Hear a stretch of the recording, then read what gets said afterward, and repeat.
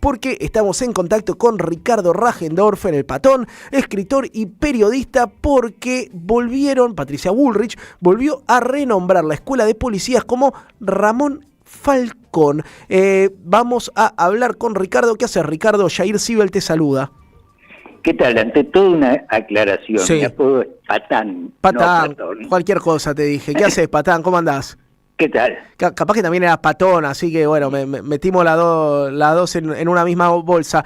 Che, una primera lectura de esto, digo, la disputa es simbólica, por supuesto, por el nombre, pero también encubre una discusión profunda por la mirada de la historia, ¿no? El rebautizo que sufrió la escuela policial.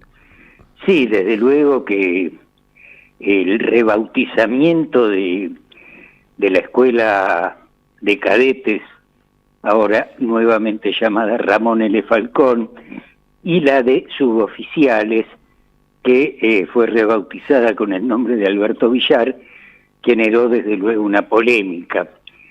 A mi entender, voy a agregar un nuevo elemento a esa polémica.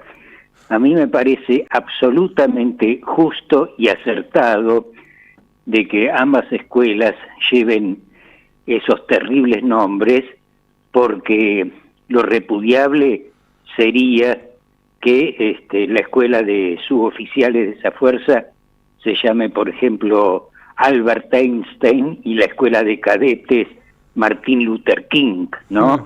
Dado que estamos hablando de una fuerza que en los últimos tiempos se caracteriza, o mejor dicho, una fuerza cuya única hazaña es apalear todos los miércoles a los jubilados, merecen llevar sus escuelas el nombre de esos dos monstruos.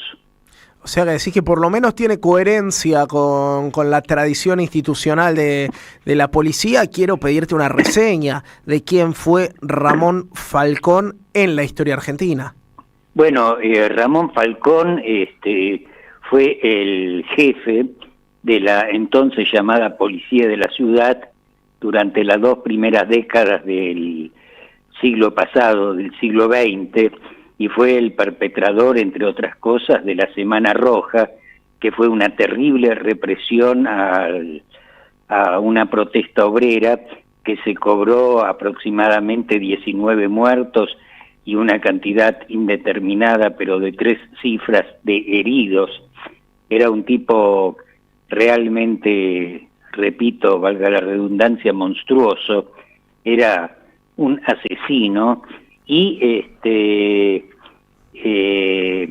creo que en 1919 volvía en un carruaje junto con su secretario del cementerio de la Recoleta, donde había asistido a la inhumación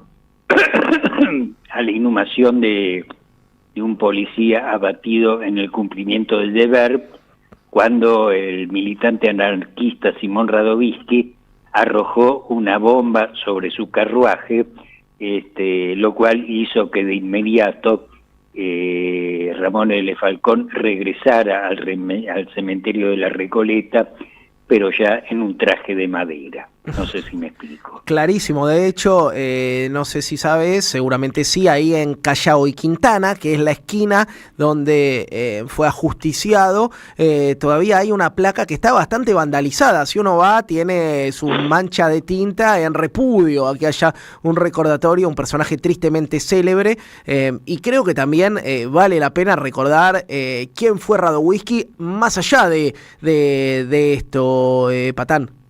Sí, desde luego. Radovisky en ese momento no había cumplido todavía los 20 años, era un hijo de inmigrantes ucranianos, creo que incluso había nacido él en Ucrania, y encandilado por los libros de Proudhon y Bakunin, abrazó la ideología anarquista, y en ese marco cometió ese, a mi entender, acto de justicia, razón por la cual recaló en el penal de Ushuaia, o sea, la cárcel del fin del mundo, donde muchos años después, al cumplir su condena, fue liberado y creo que se trasladó a México, donde terminó sus días, ¿no? Hay que reseñar también la figura de Alberto Villar.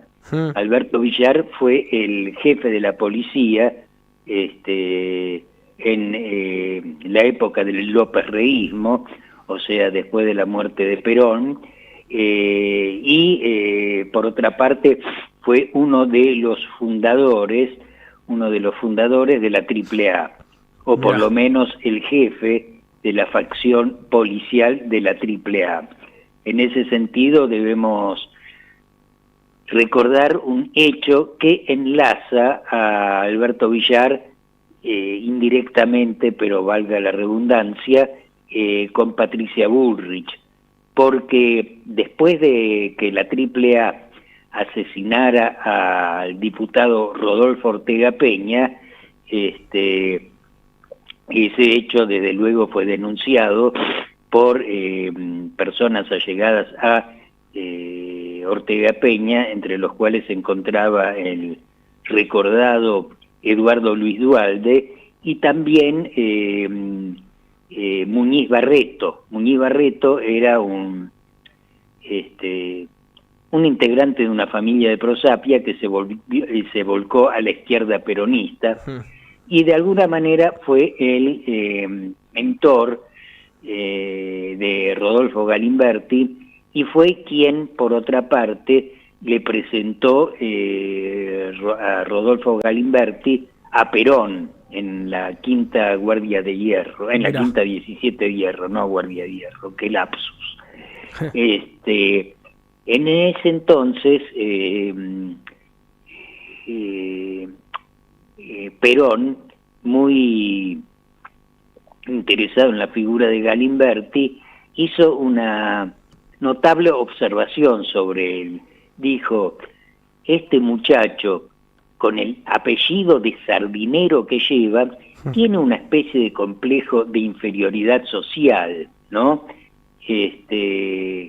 Muñiz Barreto asintió y Perón agregó: eso tiene dos soluciones: entrar en el ejército, entrar en la escuela de cadetes del ejército, o casarse con una mujer de Prosapia.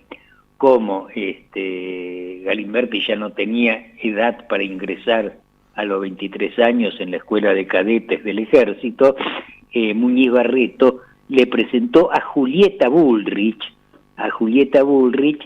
razón por la cual además conoce Muñiz Barreto y Galimberti a Patricia Bullrich, que en ese momento era una adolescente que cursaba los estudios secundarios en la escuela Bayard.